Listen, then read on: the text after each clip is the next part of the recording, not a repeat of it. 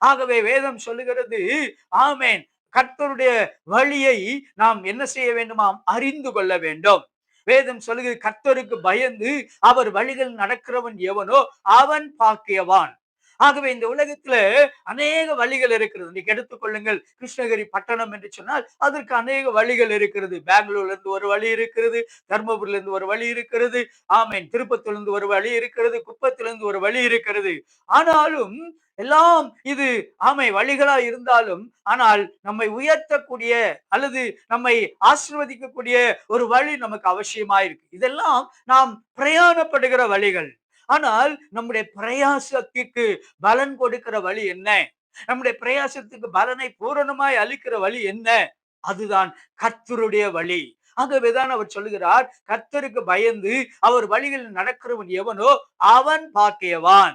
இந்த சங்கீதத்திலே நாம் பார்க்கும் பொழுது வாசித்த முதலாவது வசனத்திலே, இந்த தேவன் என்றென்றைக்கும் உள்ள சதா காலங்கள் நம்முடைய தேவன், மரண பரியந்தம் அவர் நம்மை நடத்துவார். வேதத்திலே 2 வழிகள் சொல்லுகிறது, மரண வழி, ஜீவ வழி. ஆகவே இந்த மரண வழியிலே அநேகர் உட்பிரவேசிக்கிறார்கள்.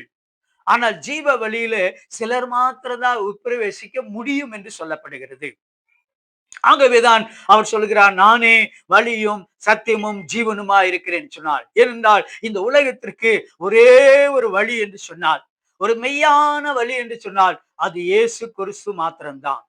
ஆகவே வழி என்று சொன்னால் ஏதோ நம்ம ரோடையோ பாதையோ அல்லது நாம் செல்லுகிற ஆமை இடத்தையோ இங்கே குறிக்கவில்லை.